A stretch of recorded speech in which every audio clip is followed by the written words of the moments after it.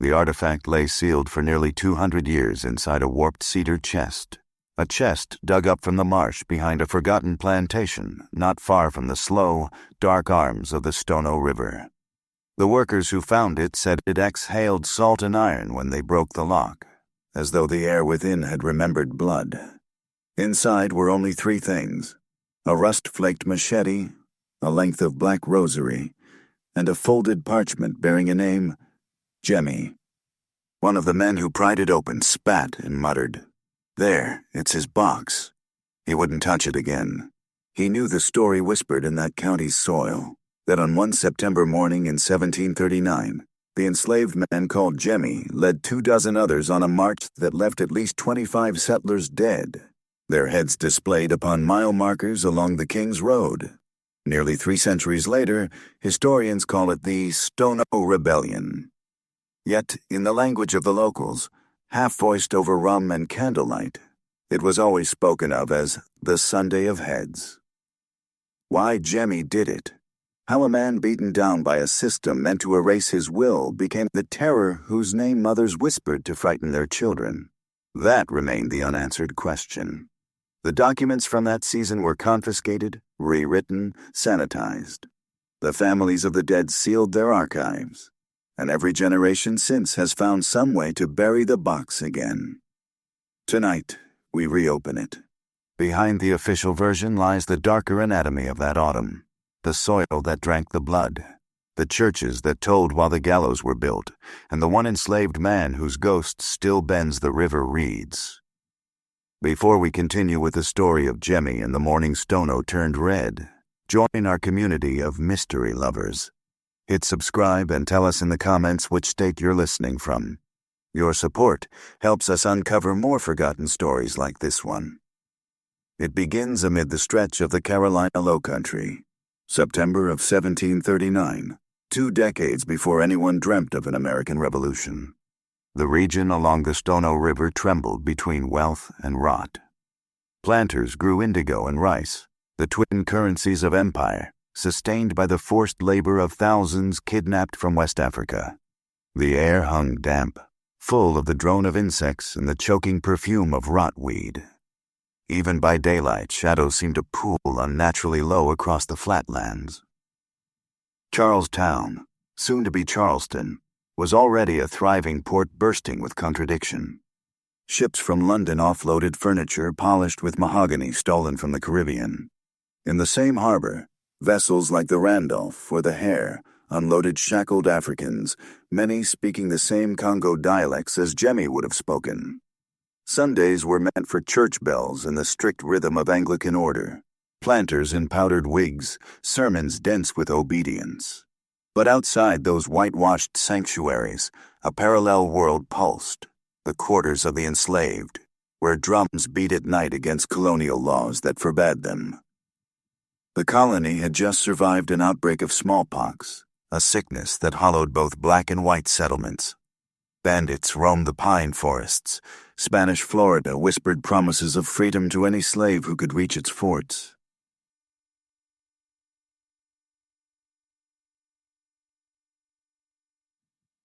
Jemmy was believed to have been born in the Kingdom of Congo, where Catholicism had blended with older spiritual practices.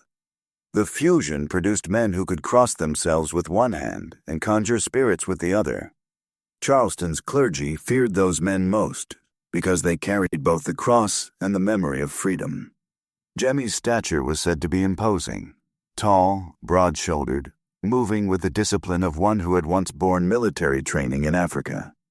Witnesses remembered him as literate, perhaps baptized, and capable of reading the Spanish proclamations promising liberty to any slave who fled south. Those were years defined by the crack of whips, the rustle of Spanish silver in merchants' purses, and the soft roar of the tide that refused to keep secrets. The rice plantations thrummed from dawn till late moonrise. In the quarters, whispers spread faster than sugar rats, of overseers vanishing near the southern marsh, of charms left dangling from trees, of the Virgin's name carved backward into wood. Officials called it nonsense, but old priests, both black and white, muttered that something strange had settled across the Stono Basin. At night, the sounds changed. Dogs howled with what farmers called voices fit for church. Lanterns seen from across the fields moved not in straight lines, but in circling patterns, as though drawing invisible symbols against the dark. Servants were forbidden from gathering after sundown, yet the guards at plantation gates swore they heard faint singing carried over the river, verses that shifted between Latin refrains and African chants. The legislature in Charlestown passed the Negro Act soon after the massacre, but on the eve of it, their fear had already sprouted. That fear forms the soil of our story.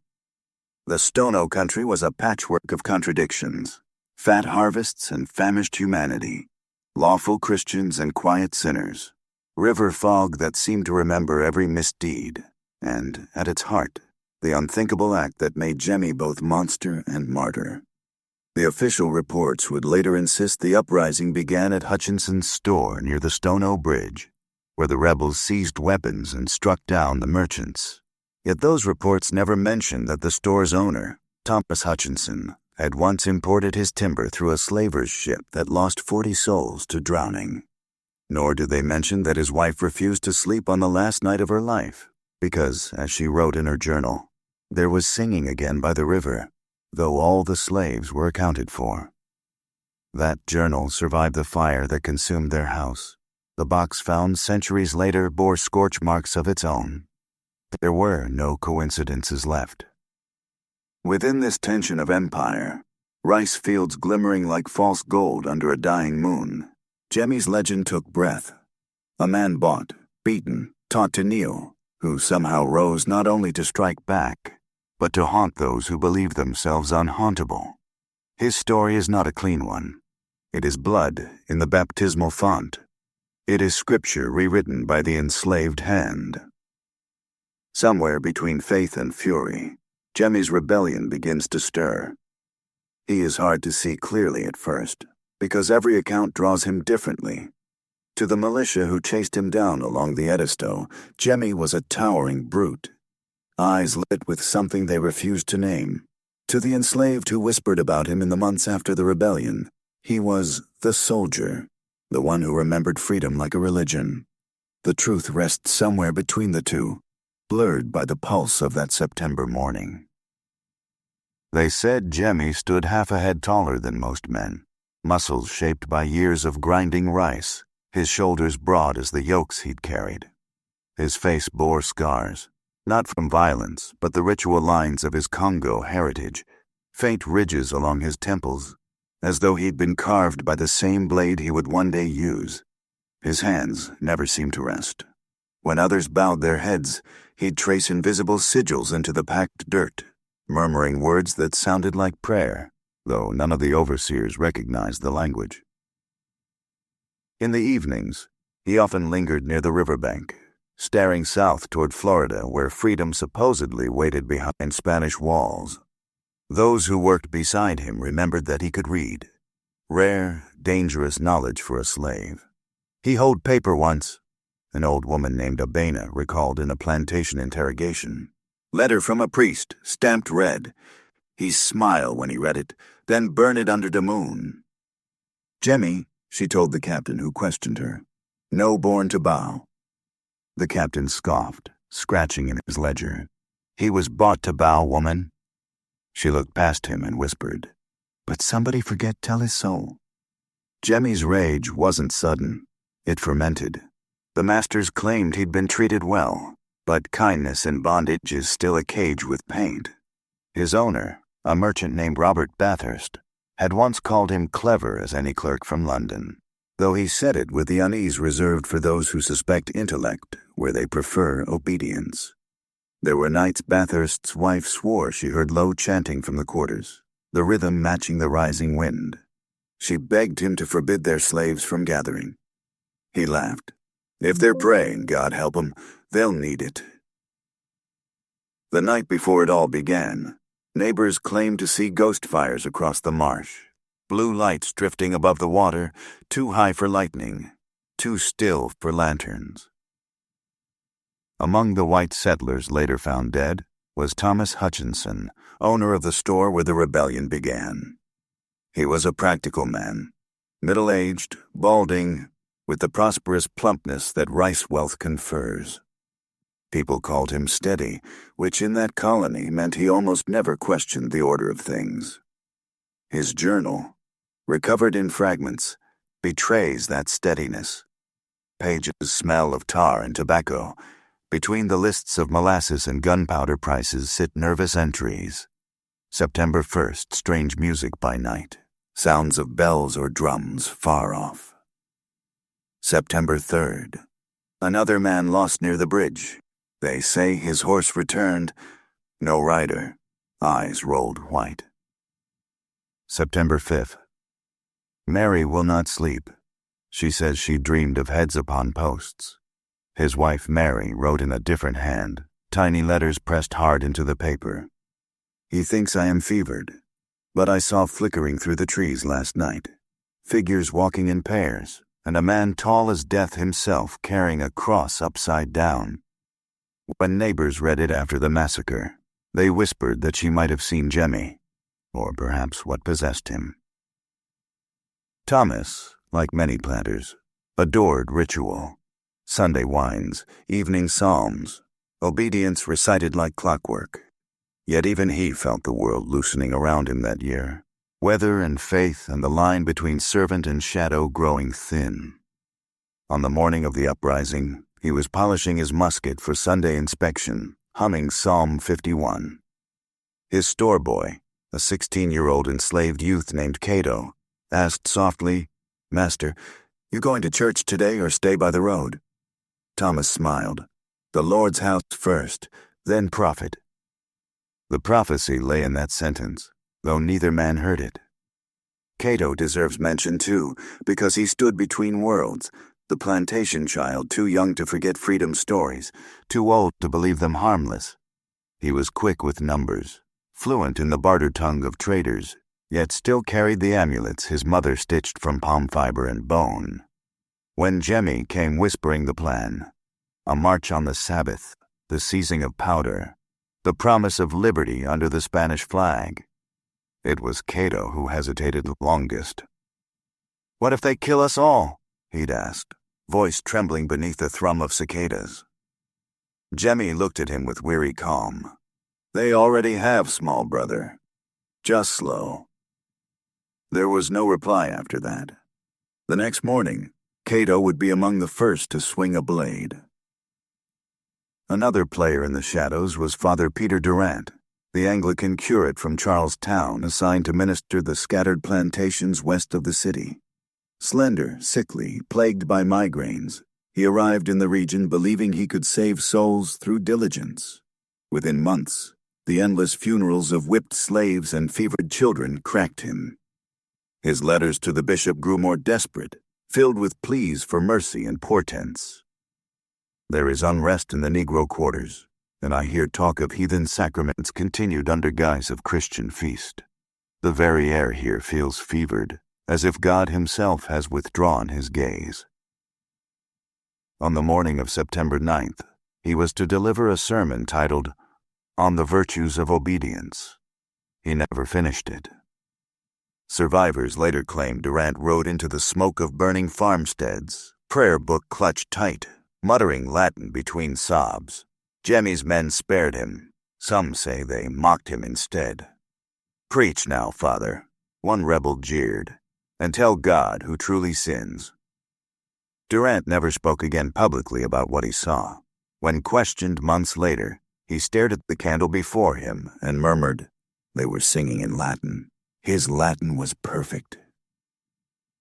And finally, among the slaves who didn't join the rebellion was Abena, the same woman who'd warned the soldiers afterward. She worked as a midwife, nearly 40 years old, bones brittle but spirit unbroken. Enslaved since girlhood, she carried lore from the central Congo, words that planters dismissed as superstition. Yet many sought her when their children fell sick. Abena claimed she'd dreamt of Jemmy's uprising before it happened. "I saw a river full of hands, all pointing north. Not one of them was at peace." They laughed at her until the blades began to fall.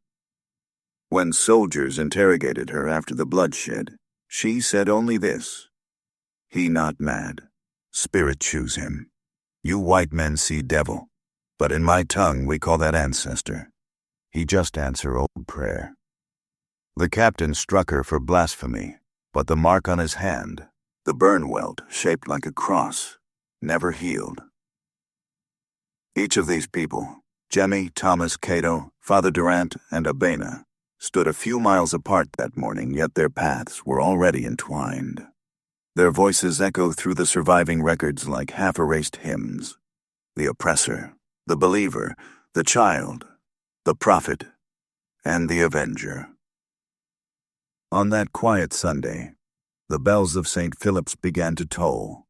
The tidal wind slid through rice stalks heavy with grain, and somewhere among them, a tall man lifted a machete still wrapped in rosary beads and whispered a single word that no scribe ever managed to translate. What followed, history remembers as revolt. What those who survived called it, we shall learn next. Long before the blood dripped down the King's Road, the Stono region began muttering to itself. It started with the dogs. They howled deep into the night, not sharply as dogs do when alarmed, but long, sustained wails that bordered on voices. Settlers said it sounded as if the hounds were praying. Then came the birds. Whole flocks of egrets lifted from the river at dusk and wheeled without pattern, crashing into trees, falling limp before hitting the ground. These things the planters blamed on fever or weather, or some invisible malice among their slaves. Yet one could feel the fear rippling beneath their certainty. Mary Hutchinson, the merchant's wife, began keeping her shutters barred even at noon.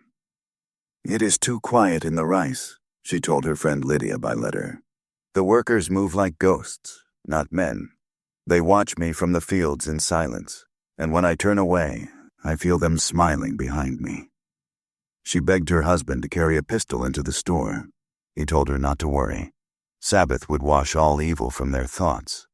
And still she heard drums, faint and far, like thunder that refused to roll away. Father Durant noticed his congregation thinning each week. The pews meant for slaves stood empty more often than not. When he rode between plantations, he felt the hush following him, the inverted benediction of countless eyes behind curtains, watching but never meeting his gaze. One afternoon he stopped at the edge of the Stono Bridge and dismounted. The water looked dark green, though the sky was clear blue. Beneath the surface, the reflection of trees seemed to sway out of rhythm, like they were moving to another wind entirely. He thought he saw shapes walking on the sand below, but when he blinked, there was only driftwood. That evening he scrawled in his notebook, "This river has learned to listen." Across the fields, the enslaved quarters pulsed with a quieter preparation. Jemmy moved among them like a prophet and executioner both. He spoke not of death, but of mourning. "Morning comes soon," he told them. "When sunrise, we walk free." Some doubted him. Others repeated his words until they became spell and prophecy in one. Cato, who still half feared what they planned, noticed Jemmy working at strange hours, carving something into the handles of the machetes they had hidden. In the weak lamplight, Cato saw marks like crosses, but reversed, the carved ends smeared with river mud mixed with ash. "Why you do that?" Cato whispered. Jemmy didn't look up. "So Blade know who it serve." "Serve who?" Jemmy's smile was brief, thin. "Freedom." A few of the women began weaving cloth torn from their master's garments into narrow bands. They tied them around their wrists like talismans. Abena warned softly that the river gods do not crave white blood. They crave honesty. Jemmy replied, "Then they will see my hands are clean now, for the killing yet to come." Rumor traveled faster than fire. One evening, a trader on the King's Road swore he saw a pale light moving through the pines ahead of him. He followed, hoping to catch trespassers. Instead, he found prints of bare feet pressed into the mud, scores of them, overlapping, all facing east. Nearby hung a small iron crucifix from a branch, upside down. dripping with dew that smelled faintly like salt. By dawn, the trader was back in town, babbling about omens, until men laughed him into silence. Still, a few began sleeping with loaded muskets at their sides. Another merchant's apprentice disappeared that same week. When they found his body, it lay half submerged in the reeds, his throat blackened not by rope, but by some residue like soot. His face, however, looked peaceful, almost smiling. The magistrate dismissed it as accident, but Father Durant, summoned to deliver last rites, went pale and would not touch the body until holy water was poured over it 3 separate times. He confessed later to Abena that he'd smelled incense on the corpse. "No church burnin' that kind," she said. "What kind, then?" "Kind call home the old spirits," she murmured, tightening her shawl. "You priests bless the dead. We call 'em back when we got fight to win." Durant's hands shook. "That is blasphemy." She stared steadily at him. "Then blasphemy the only thing still listening in this place." After that exchange, he left her hut walking like a hollow man, the sun bleeding out behind the trees, scripture echoing uselessly in his mind. Even in Charleston proper, faint ripples of dread were felt. Ships' captains complained of hearing cries echoing downriver though tides were low. The governor's secretary dismissed it as Negro songs carried by wind. But one guard stationed along the riverbank swore he heard voices in a language he couldn't name, answering his own prayers out loud. He quit his post at dawn and took passage north. No one blamed him. By the week's end, the plantation owners agreed to increase patrols, but chose to do so after Sunday service. It was always easier to believe that rituals of hierarchy, the sermon, the wine, the collected coins, could keep disaster away one more day. Meanwhile, beneath the humid stillness of the quarters, the blades lay hidden under straw, the powder kegs wrapped in cloth, the songs softening from chant to murmur. The drums were replaced by silence, and silence proved far more terrifying. On the Saturday evening before the uprising, Mary Hutchinson washed her hands in the basin and paused. There, in the water, tiny flecks of red swirled, though there was no wound on her skin. She called for Thomas, but when he came, the basin was clear. He scolded her gently. "The world has made you fancy, my dear. See, all clean." That night she dreamt of horses without riders galloping past her window, their hooves sounding like distant drums. When dawn broke, the Sunday bells tolled. In every direction, mist clung thick to the fields. Overseers on the plantations west of Stono would later swear that the air felt expectant, as if even the insects waited for command. No slave approached the fields that morning. Instead, somewhere beyond the bridge, men began to gather. The smoke of their torches rose first, a thin gray thread against the pale sky, carrying a scent of resin and salt water. In that still hour before the day turned red, Father Durant knelt to pray at his narrow altar. He hesitated mid-verse because he heard voices outside the chapel, not loud, not near, but layered and slow, reciting Latin in unison. He opened the door to look. The path was empty. The voices stopped. Only the Stono wind whispered back, smelling faintly of the river's iron breath. And not far away, Jemmy took the first step toward the store at Hutchinson's bridge, machete glinting dull in the dawn. At sunrise, the mist over the Stono River shimmered as though it were haunted by silver fish. The bells in Charlestown still tolled their measured call to worship, but westward across the low marshes, another sound began rising, metal striking wood, one note at a time, deliberate as a drummer teaching rhythm to the dead. Jemmy stood before the store that bore Thomas Hutchinson's name. The door was still locked. Sabbath hours had not yet begun. 16 men gathered beside him, some barefoot, some wearing remnants of linen shirts, others stripped to the waist and smeared with ash from the morning fires they had drawn through their fingers like war paint. Each carried a blade, farm tool or pistol taken from the stores of careless masters. The rosary around Jemmy's wrist gleamed where sweat caught its beads. "Today," he said quietly, his Latin inflection sharp, "we walk south. We walk for God who remembers us." The youngest, Cato, adjusted his musket nervously. "They say angels guard the white folks' bridge." Jemmy glanced at him. "Angels we forge ourselves." He lifted the machete and brought it down against the door. The wood splintered fast. Inside lay barrels of powder and unopened crates of muskets. Hutchinson arrived too late to stop them. He came shouting, thinking it simple theft, but the machete's flash was the last sunrise he saw. When the smoke rolled out from the store, 17 men walked the road bearing stolen weapons, and behind them, a trail that reeked of iron and terrified prayer. They marched south, drums of the heart keeping time. The sun climbed higher, flashing off the river like scraped metal. To every enslaved man and woman they met, they called liberty in Low Country English and fragments of Spanish. To those who hesitated, they promised freedom under the King of Spain. To those who refused, silence, sometimes coerced, sometimes cut short. Within hours, the rebellion carried the rhythm of wildfire. Planters attending church heard the first gunshots mingling with the hymns.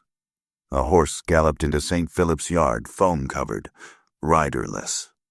Someone screamed that the Negroes are murdering everyone on the river road. Panic scattered the faithful like doves startled from a tower. Father Durant caught sight of Mary Hutchinson stumbling between pews, her gown torn, her eyes wide. "They killed him," she breathed. "Thomas, they've taken his head."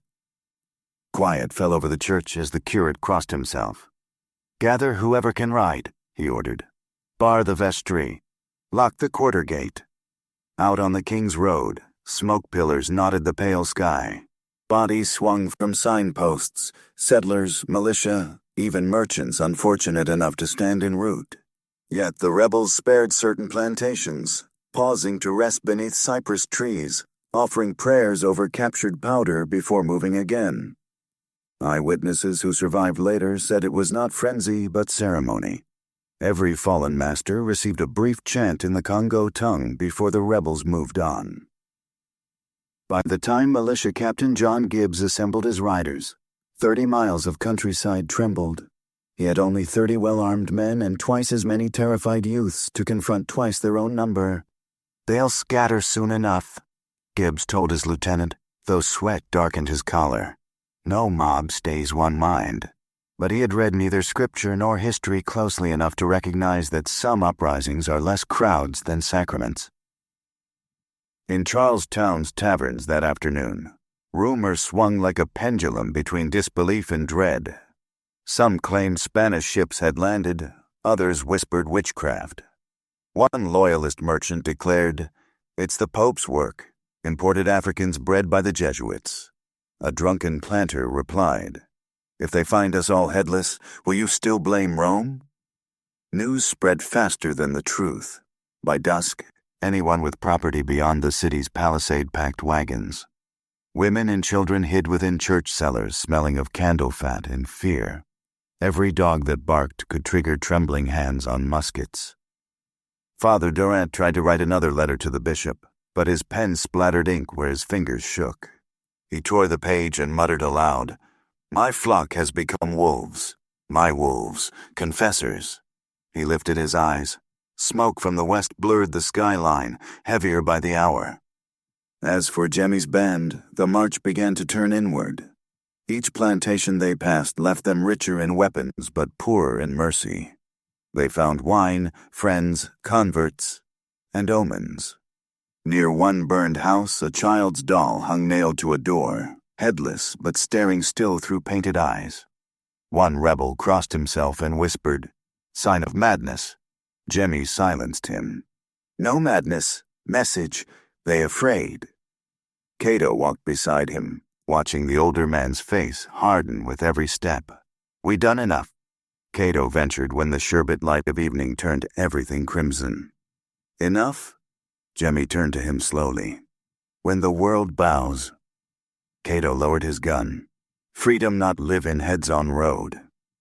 For them, maybe, Jemmy answered, voice thinning. But for us, it begins there. The two rode on in silence.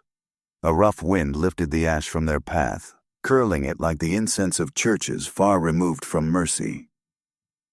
That night, alarms blared across the low country. Plantation bells rang not for worship but for blood. Militia from neighboring counties converged, some still drunk from Saturday revel. They rode by moonlight, following the smell of fire. Every gust of wind carried both hymn and death cry. Gibbs caught their trail near St. Paul's Parish, where the rebels had paused to rest. He watched from a ridge as the torchlight flickered below, seeing shapes dancing, not in revelry, but in ritual. They circled a great fire built of broken cartwheels and fence rails. Jemmy stood at its center, the machete in air, chanting low. The others followed, rhythmic, resolute. The lieutenant whispered, "They're praying." "For victory," another muttered. Gibbs swallowed. "For vengeance." They charged at dawn. Gunfire split the mist apart like tearing cloth. Horses reared, rebels scattered to the ditches, women screamed from nearby fields. Jemmy's blade met the first cavalry saber with a ring that echoed downriver. For almost an hour, nothing existed but smoke and metal and the strangled rhythm of breath. When the smoke thinned, the militia counted 21 rebels dead, others captured. Jemmy and a handful escaped south into the swamp, dragging the wounded Cato between them. Captain Gibbs wiped his brow, whispering, "May the Lord have mercy."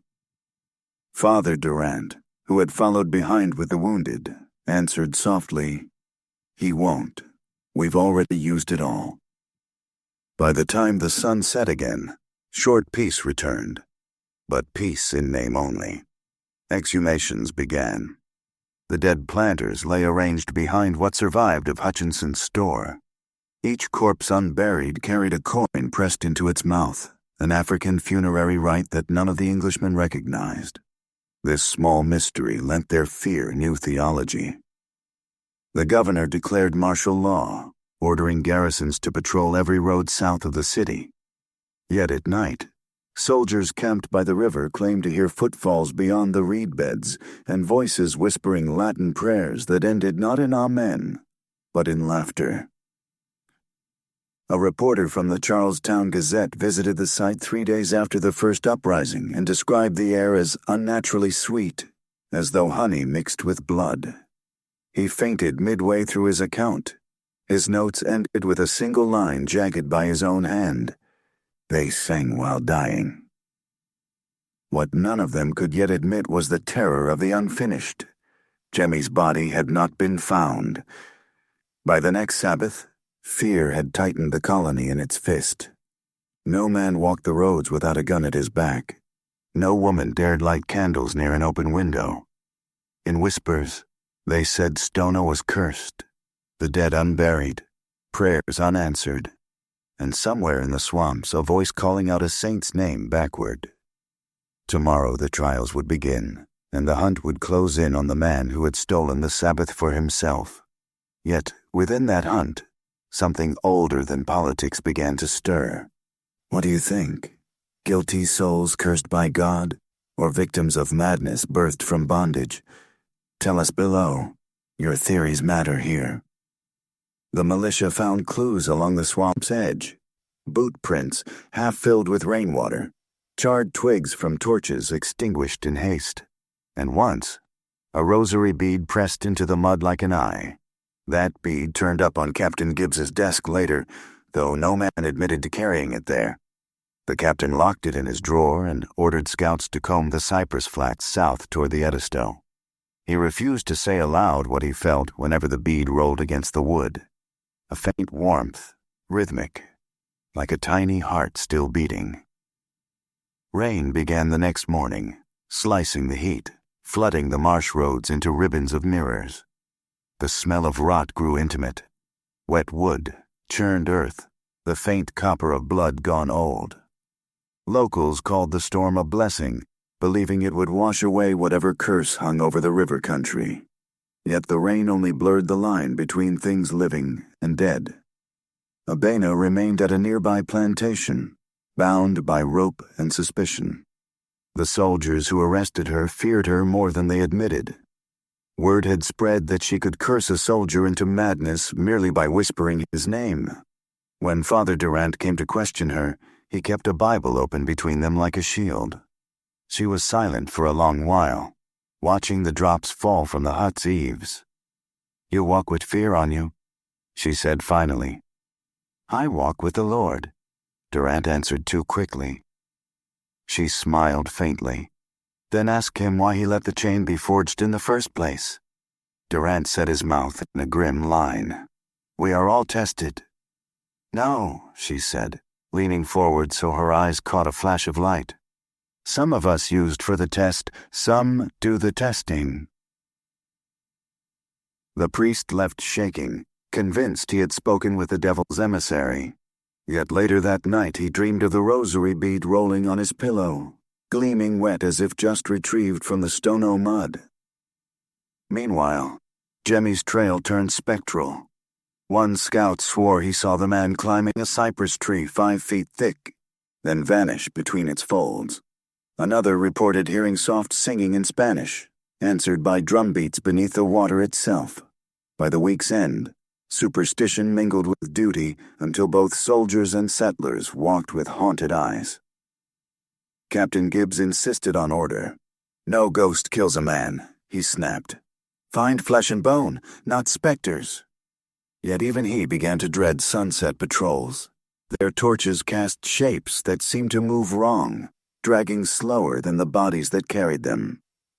Late one evening, the unit came upon a ruined cabin half submerged in mist. Inside hung signs of hurried prayer, crude crosses carved backward into the beams, and in the hearth, ashes still warm. Upon the wall someone had written in soot, "No chains in heaven." They found Cato sprawled near the doorway, shot clean through the chest. His eyes were open, and in his hand he clutched the final musket ball meant for himself, as if refusing to fire upon his brothers. In his pocket they found another folded scrap, written in clumsy letters. "Tell them I walk free now." Gibbs muttered that the note proved suicide born of guilt. Father Durant, asked to bless the corpse, simply gazed at Cato's peaceful face and whispered, terrified, "Or redemption." Several soldiers swore that as the prayer ended, thunder answered, not overhead, but deep underfoot. News of the rebellion's tale reached London by the next ship out of Charleston. Parliament received it as evidence of colonial mismanagement. Planters feared the crown would impose harsher supervision. Enslaved people feared the master's vengeance. The colony, for one suspended breath, united only in trembling. Newspapers crafted verses half true and lurid. The fiend of Stono, the Sabbath sorcery, the African pontiff. Priests thundered against rebellion. Philosophers wrote polite papers on the dangers of literacy among slaves. Yet, for every printed page, another whispered story spread, of a man who could not die. A spirit who moved through the rice paddies asking each slave a single question. "Do you remember your name?" Families fled their plantations, leaving fields to drown in rain. For the first time, overseers locked arms not in camaraderie, but fear. Children waking at night swore they heard music under the floorboards.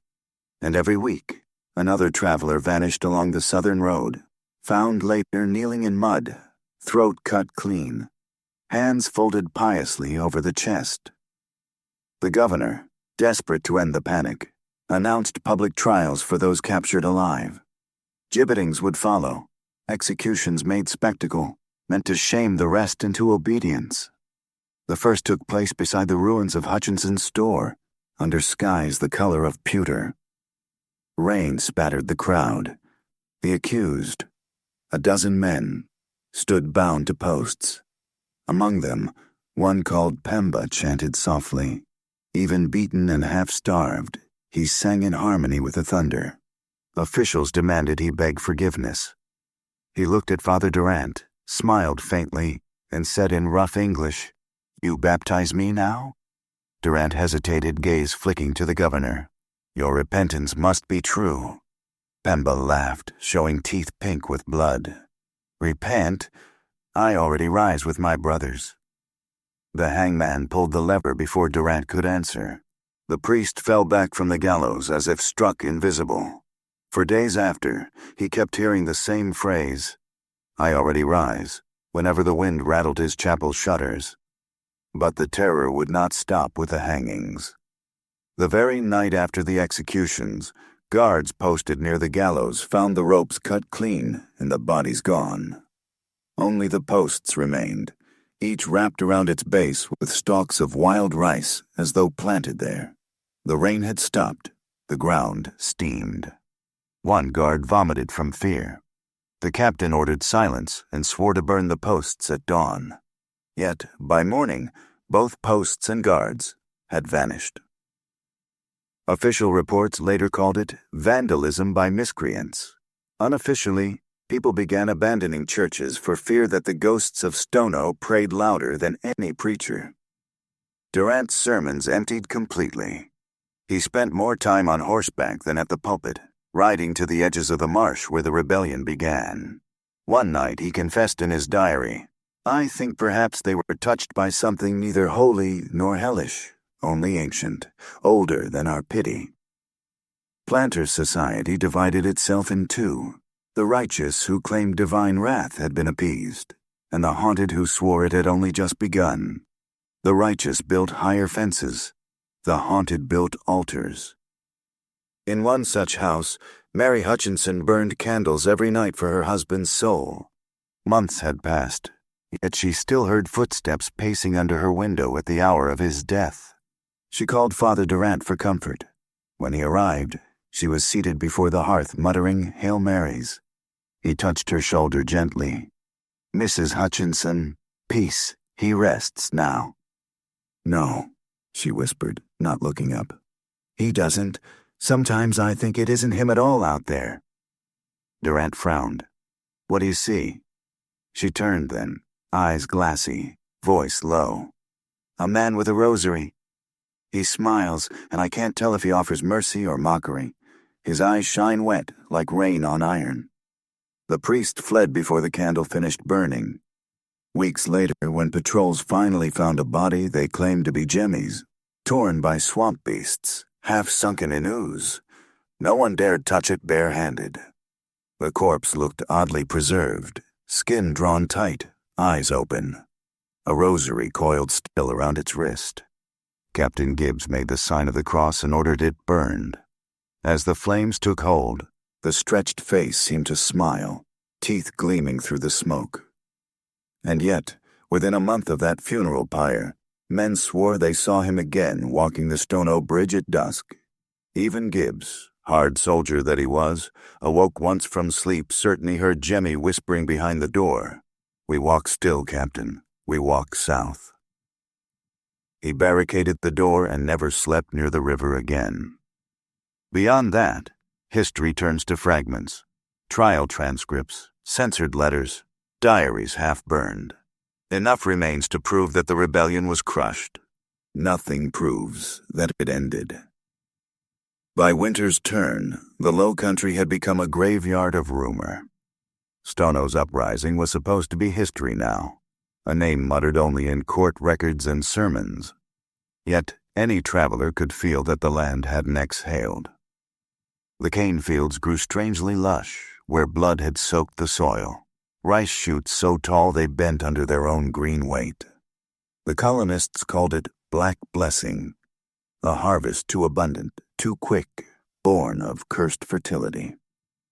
Governor Johnson assembled a tribunal in January 1740 to lay final rest to the rebellion. What he meant was to erase its ghost. The inquiry met in the stone hall of Charlestown's old customs house, dim, the smell of salt and lime clinging to the walls. Outside, cold fog shrouded the wharves, and gulls screeched like alarm bells. Father Durant sat among the advisors, thinner now, voice hoarse as parchment. Captain Gibbs stood near the door, one hand wrapped in bandage where a burn refused to heal.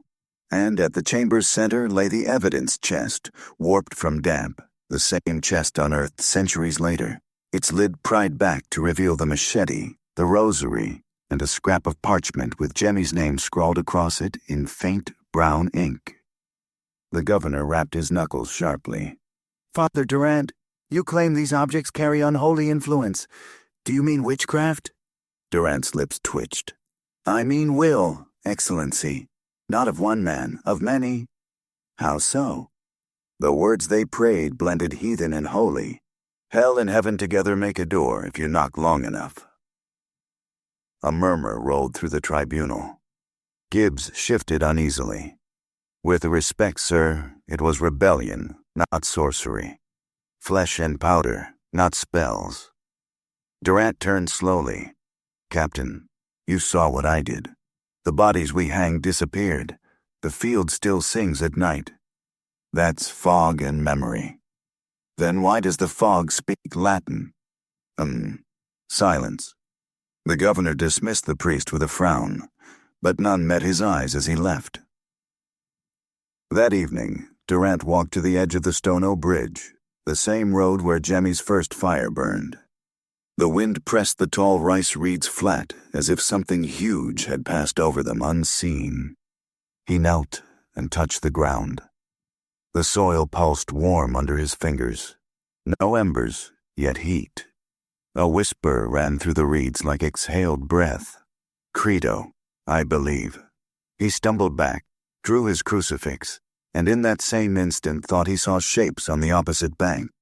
Figures moving in a slow circle, heads bowed. The moon slid from the clouds and illuminated the reflection more clearly than the shore itself. Jemmy stood at the circle's heart, lips forming syllables in English, Latin, and something older. Durant's instinct was not horror, but awe. For the first time in months, his knees gave way not from fear, but reverence. The following dawn, Captain Gibbs received a message sealed with the governor's wax.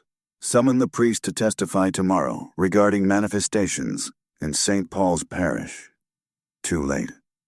That same hour, boatmen found Durant's horse wandering the bank, saddle empty, its flanks smeared with ash.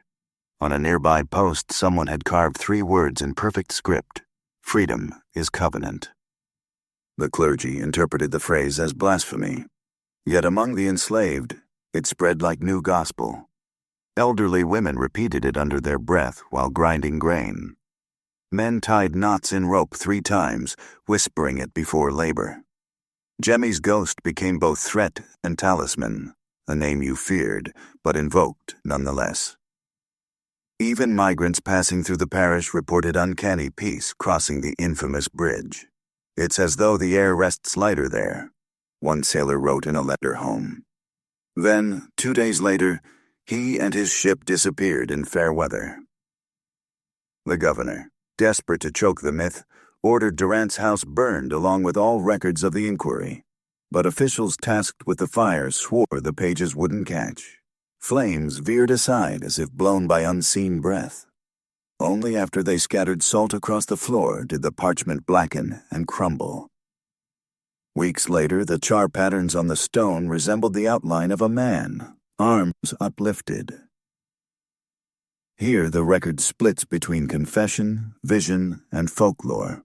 One document, anonymous, unsigned, describes a secret night mass held by mixed congregation, planters, soldiers, freedmen. They met among smoldered rice stalks with the intention to purify the fields.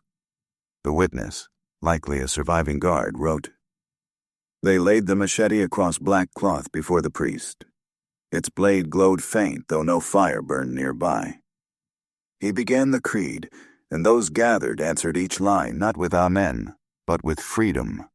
When he reached the words, 'Deliver us from evil,' the wind crashed through the churchless walls, and the candles died." I felt a hand on my shoulder. Cold, yet living. It drew my head down and forced a kiss to the earth. Then all sounds ceased save one voice behind me, whispering in calm tone. The river remembers its children. That paper ends there. When Father Durant's replacement arrived from London months later, he found the parish deserted. Only the fields stood waving like green surf to the horizon. He wrote home. Stono is beautiful and silent, as though a sermon were preached and God stayed to listen far too long. However one reads these events, possession, curse, or the persistence of revolt, they culminate in a paradox. Suppression birthing endurance. The planters won with gallows, yet the story lived unkillable. Parish registers recorded baptisms of infants named Jemmy for 20 years following. No family admitted to the choice, no priest dared refuse it. The worst winter storm on record struck in 1740, leveling houses along the coast. Survivors said the sky turned the color of bruised iron and the river rose above its banks singing in two tongues. Even the governor, white-knuckled in his hall, confessed before witnesses, he's preaching through the wind now. Inside that storm, lightning struck Hutchinson's old store, rebuilt, of course, by new owners. The arched beam collapsed, revealing blackened shapes in the rafters. Roots twisted into human likeness, arms extended, faces contorted mid-word. City officials carted them away for study and refused to publish the results. In spring thaw, farmers who ventured into the marsh found symbols carved into tree trunks, two intersecting lines forming a cross turned sideways. Beneath each carving, the ground brimmed with clear water no matter how dry the season. It reeked faintly of salt. People avoided it, calling them Jemmy's wells. If you stood there now, between the live oaks thick with moss, you'd smell something stubborn below the sweetness of the river. Smoke, old metal, sacrament. The wind never quite behaves. It circles back, as if repeating forgotten words. Each historian tries to decide what truly happened. Was Jemmy a visionary consumed by vengeance, or a man possessed by faith strong enough to bend reality? Did Father Durant die in madness or baptism? The soil refuses to say. It only grows greener. And if one day that warped chest reappears, as it did centuries later, the same question waits inside: freedom or blasphemy? Sacrifice or crime? If you stood in that chamber when the machete gleamed through the gloom, would you call it crime or sacrifice? Leave your answer. Spring of 1740 forced the Stono countryside back into a deceptive calm. The swamp steamed again under the same forgiving sun that shines on everything, innocent or not. Men returned reluctantly to their crops. Children dared to sing in the fields. But under that fragile surface, a mood clung like mildew. Each sunrise arrived carrying the echo of another, September's red sunrise that refused to fade. Planters rebuilt fences, churches held commemorations, and the legislature composed the Negro Act, 74 lines of restriction written in black ink and fear. Yet something invisible had already escaped their law books. No one boarding a ship, no one stirring rice, no one preaching obedience could quite forget the rhythm of Stono's drums. The first suggestion that Jemmy's story wasn't over emerged in midsummer. A woman washing clothes at the river bend discovered the silt beneath her feet trembling. She looked down to see bubbles rising evenly, as if someone walked below her through the water. When she screamed, the sound rippled out in eerie harmony. Her echo came back an octave lower, singing the same word she had cried: mercy. Within days, that spot turned into an eddy the locals christened the Whisper Hole. They said it answered every cry in the same patient tone, male, measured, and merciful. Father Durant was gone. Yet another priest, Locke, inherited his parish. He found the vestry littered with mildew-spotted papers and one half-melted silver crucifix. He was brave enough to read Durant's diaries, foolish enough to believe himself immune to them. Within 2 weeks, his sermons had taken a manic edge. "Beware the drowned who still pray beneath our feet," he barked to a congregation that kept shrinking each Sunday. "Hell may lie underwater." On the 3rd Sabbath, his church burned from within, though no one saw lightning. Afterward, witnesses said the charred bell continued ringing for an hour, though it hung cracked in two. That is the texture of Stono's haunting. Quiet persistence rather than spectacle. The returning comfort of dread. Captain Gibbs tried to purge superstition with stricter law. He gathered a group of soldiers, mostly convicts who'd been promised land, and rode south to burn out any remnant camps. The evening before they set out, he told the governor, "If I don't return by moon's turn, flood the marsh. Drown whatever still moves there." They never reported back. A month later, a fisherman found their horses grazing along the riverbank, but no sign of riders. In the mud beside the hoof prints lay another pattern, bare feet, marching 2 by 2, stretching into the forest's dark, prints so fresh the edges gleamed with wet clay. The detail chilled every witness. There were 25 pairs. Mary Hutchinson stayed in town, half widow, half seer.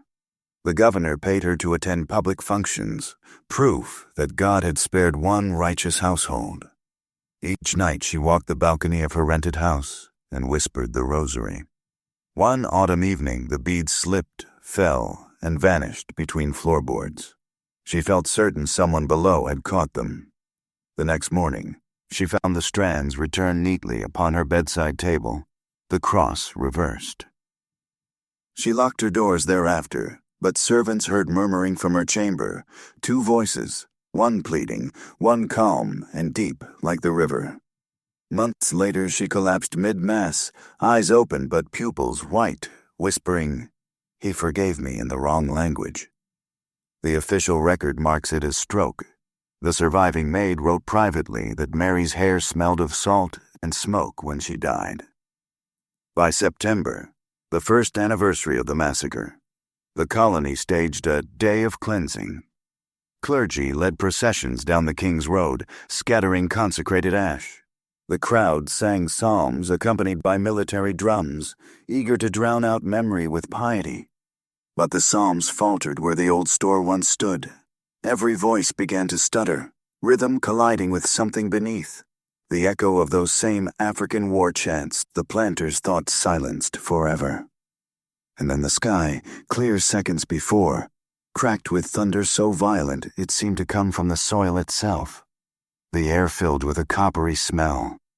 Ash scattered sideways instead of down, swirling around the crowd in tight circles. Some ran. Some fell to knees. Father Locke tried to continue the hymn but choked. Every note came out in the inverted cadences of a foreign prayer.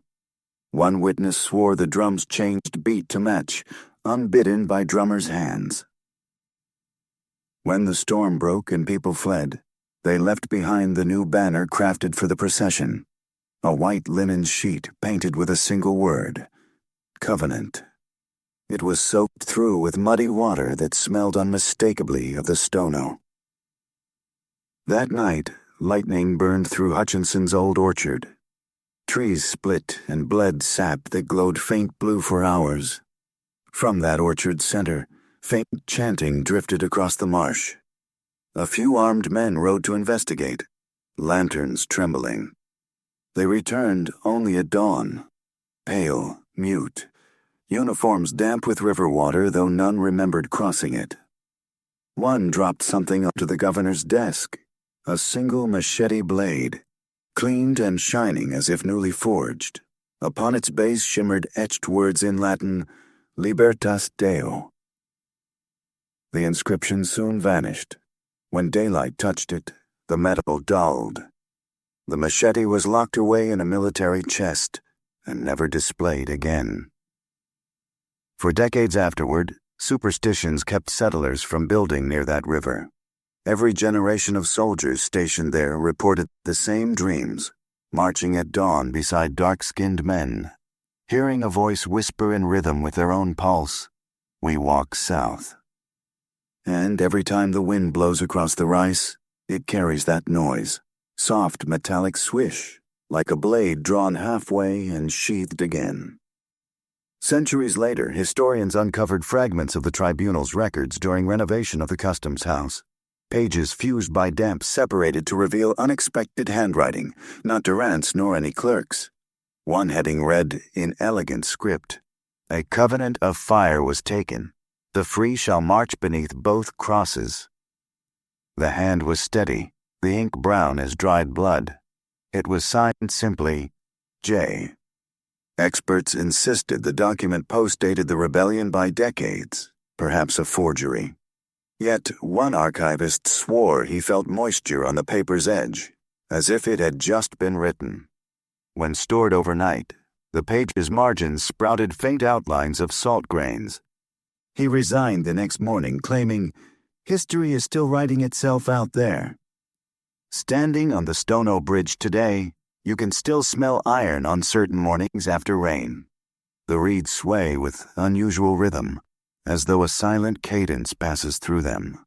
The locals who know the tale don't point or speak. They nod once toward the south and murmur, "They're still walking." Perhaps that is the lasting horror. Not flame, nor blade, nor curse, but continuity. The refusal of the dead to abandon their march, and our endless hunger to explain them as something other than ourselves.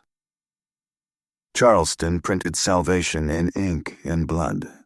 The Gazette of March 1740 called it the Year of God's Vigilance, and listed 21 executions, 8 decapitations, 3 drawn and quartered, 2 burned alive, all to set example upon the disobedient.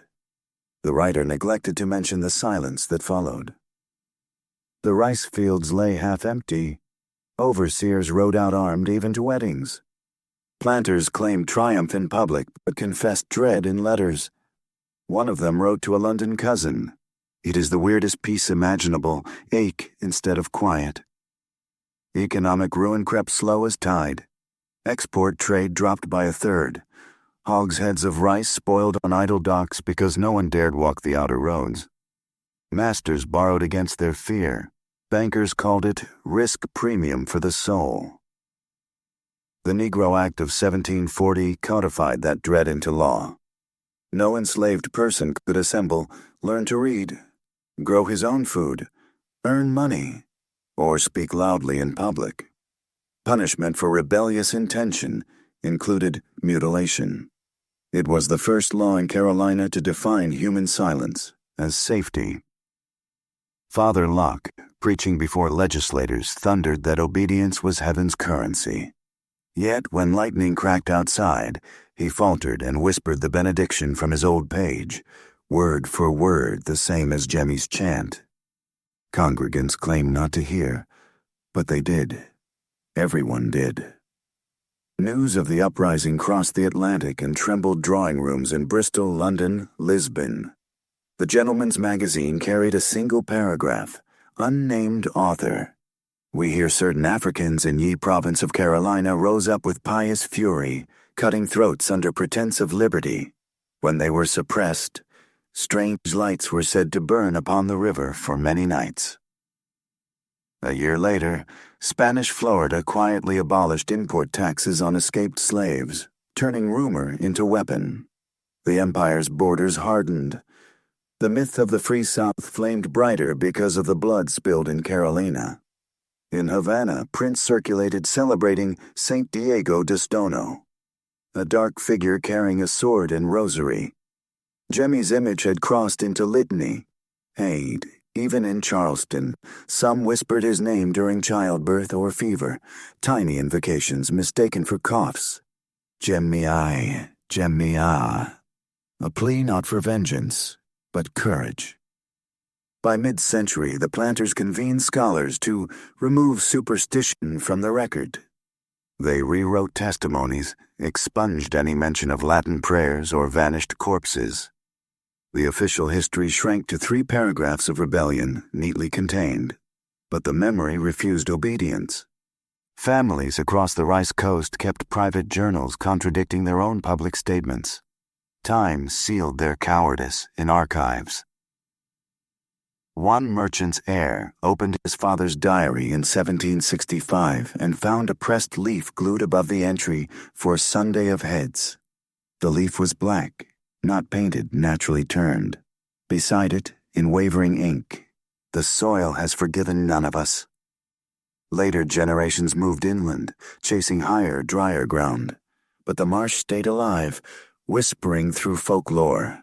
Enslaved men of the next century promised each other that if one survived long enough to be free, he would ride the Stono road at dawn and listen.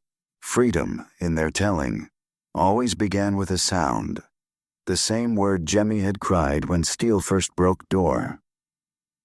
When the American Revolution erupted 36 years later, British commanders noted that Carolina's smallpox-ravaged plantations suffered the worst desertions.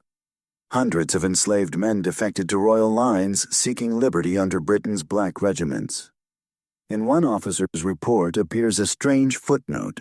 Among the runaways were several who claimed descent from a Stono soldier. They wore tokens of twisted iron and called themselves the Covenant.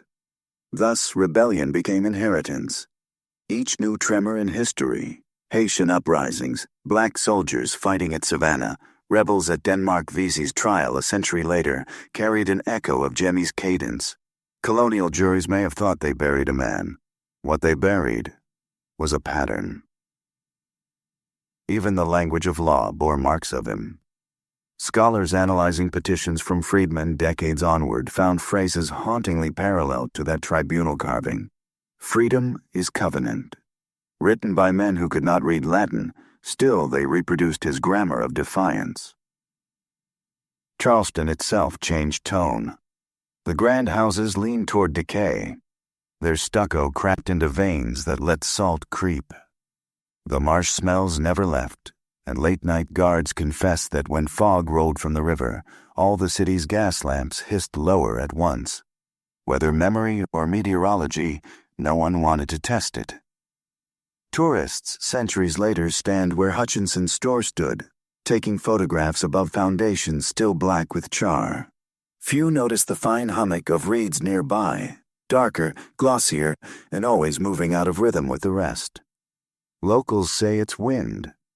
Older residents glance away. They've heard the faint metallic swish when it moves, like 1,000 sickles drawn and sheathed in answer to invisible command. What the institution of slavery never understood, what empires never learn, is that terror generates testimony. The rebellion's official dead numbered less than 100. Its witnesses multiplied without count. Historians tally crops, laws, casualties. They cannot measure resonance. Stono's horror seeped upward into sermons, sideways into song, downward into soil. Every bale of Carolina rice sold abroad financed a story the buyers would never know. Yet even they tasted a hint of iron and sweetness where profit met guilt. When emancipation finally came a century later, veterans of the United States colored troops marching north through the Carolinas paused one dawn near the river. One journal entry recorded simply, "Fog over Stono, strange calm, drums answered our boots." The soldier did not explain the sound. He didn't need to. Whether the echo came from history or heaven hardly matters. The Stono Uprising ended on paper. On the ground, it never did. It survives in the hush before a sermon, in the rhythm of a work song, in the low rustle of rice before storm. The machete's steel may have cooled, but its reflection keeps shifting. Sometimes a weapon, sometimes a mirror dot. Stand a while on the Stono Bridge when the sun slides under the trees. The rushes lean in unison. The river moves without sound, and the air tastes of metal and rain. Cars roll past now, tires whispering where bare feet once pounded the road south. Yet underneath that modern hum is another rhythm, steady, patient, older than the state itself. Jemmy's name has crossed centuries like a rumor that refuses to cool. The record brands him murderer. The frightened called him devil. But listen closely, and you can hear in his story the heartbeat of questions we still avoid. What does justice become when injustice is law? What does holiness sound like when uttered in chains? The planters sought to erase him, to name his defiance madness. Instead, they canonized fear. Every rebellion, every prayer-turned march since then has carried a trace of that Sabbath morning. Anguish shaped into conviction, conviction hardened into fire. Perhaps that is why the harvests remain richest along cursed ground. Perhaps that is the price of memory. So what do you believe? Was Jemmy's uprising a monster's frenzy or a congregation's last sermon under heaven's unblinking eye? Was the covenant he spoke forged in blood, or simply freedom by another name? Write your theory in the comments. If you want us to keep digging into America's darkest history, like this video and subscribe for next week's story. And when you hear wind moving through Carolina reeds, remember, it might just be the river whispering Libertas Deo.